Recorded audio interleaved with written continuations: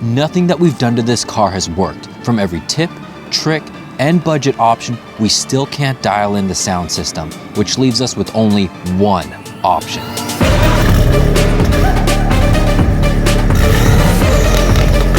What's up everybody, my name is Fritz and welcome to the channel. If you're like me and you've been pushing off the sound system upgrades for more important maintenance related items, then you've probably done things like disconnect the center channel in order to enhance the sound staging of your car. Maybe you even disabled the ASD because frankly, it sounds terrible and it definitely interferes with your listening experience.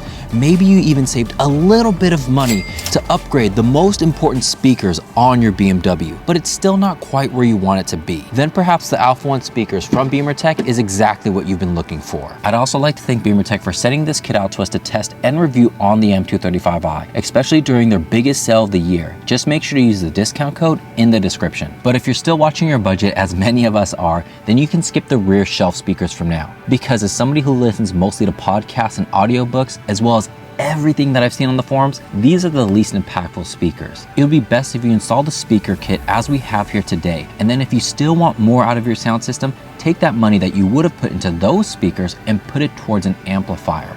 That's going to satisfy most people out there. However, the one speaker that I am the most interested in is actually our center channel speaker that we disconnected a while back. I'm really curious to see what this system would sound like with this speaker in versus how we have it now, as well as if we plug that speaker back in. The front center speaker is located under the grille directly behind the iDrive screen. Pry off the grille to gain access to the three T20s holding in the speaker.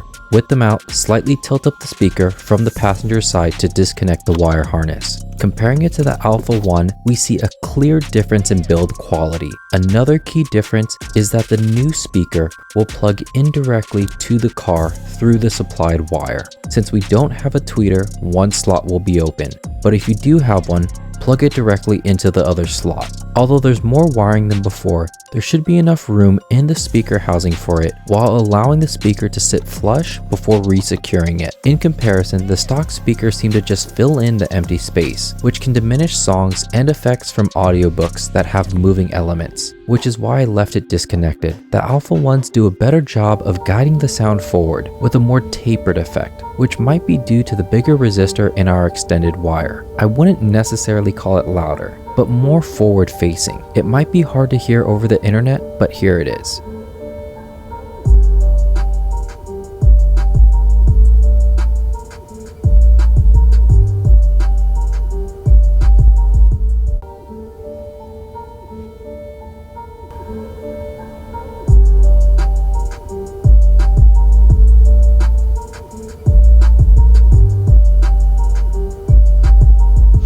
Now the next set of speakers should be noticeable even over the internet compression, because under each seat is where our subwoofers live. With the four T50s out, tilt the seat back. No need to remove it. The speaker grille is held in by four T20s, and with them out of the way, we can unsecure the four T10s holding in the actual speaker. Disconnect the wire harness, and you may need to slightly pry the speaker loose before removing it. It's not glued in, but it's just a little stuck to that seal. Once again, we're met with a clear improvement over OEM. The Alpha 1 has a protective grid atop the speaker versus it being integrated, and surprisingly, it doesn't weigh that much more either. Everything should mount up like the OEM unit and plug directly into the car's wiring system. No extra cables here. Just place back in the four T10s, followed by the four T20s, and torque the T50s to 35 Newton meters. Now this install might look intimidating because we have to tilt the seat back, but it's really quick and easy. About 15 to 20 minutes per side depending on if you want to vacuum the area. The only tricky part is prying the speakers loose without cracking the surrounding plastic. But once you drop in both subwoofers, you'll experience a deeper, punchier bass that also cleans up the low-end sound very well.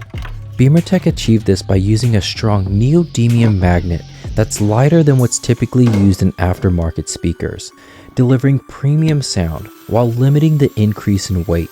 Unlike the front speaker, there's a noticeable difference in our sound recording and a drop in volume in order to avoid some of the clipping. The microphone setup was similar to the amplifier test, where we placed it right where my head would be while driving.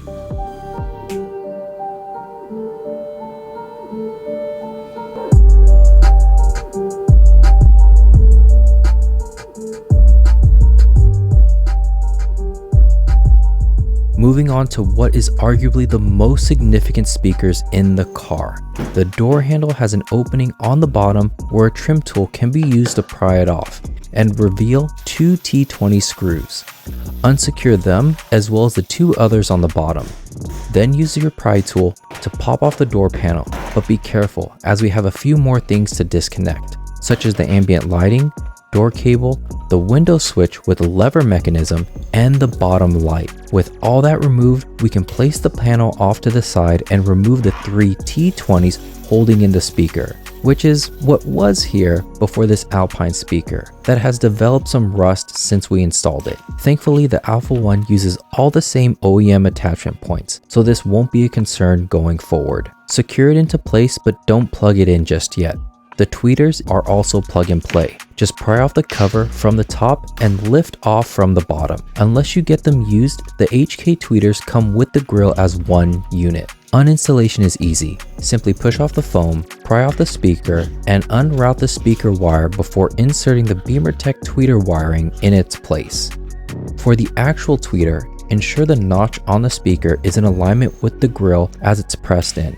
Reinstall the foam, and now it's ready to go into the car. Align the tabs to the respective slots while hooking in and pushing in the bottom one first, followed by the top. Plug the tweeter into the mid-range and use the other slot for the included cable that will go in between the speaker and the power source. The included wires have some double-sided tape included, but I also tucked it against the insulation foam to keep it from rattling. Now bring in the door panel and reattach the connections in the reverse order. Just ensure the door lever is closed before reattaching it. Then hook in the lock pin before aligning the panel rivets. You should feel them all drop in place before driving them in. Lastly, lock it all up with the 4 T20s and pop on the trim, which will be guided in by the bottom hook first, then pressed in. The passenger side is the same thing, except it has an extra T20 behind the door lever trim. I will say, these Alpine speakers did a good job for their price point and sound much better than stock. However, they are the heaviest of the three speakers and don't fully fit in the hole, diminishing their sound quality. The connection is also subject to rust due to its location, but if you're able to better manage these inconveniences, I would still say it's a good budget option. On the other hand, if you want to step it up to a complete sound system designed to work in your car specifically and 100% plug and play with an optional amplifier that will all work together to deliver a more powerful, clean, and balanced sound experience, then the Alpha One sound system is what you'll want. With them side by side, we can truly appreciate the value that the Alpha One speakers have to offer. And due to the compression that happens when uploading a video, when you experience them in person, it'll be even more amazing. With all the door speakers in, you can see that the volume needed to be slightly lowered to avoid clipping, while providing better sound clarity as well.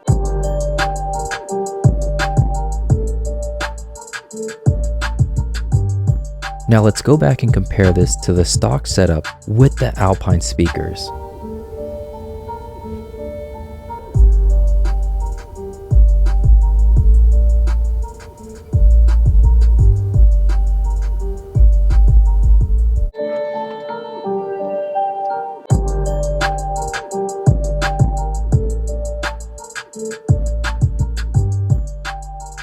Now after all of that, if you're debating between doing the speakers or the amplifier first, I would still recommend the amp.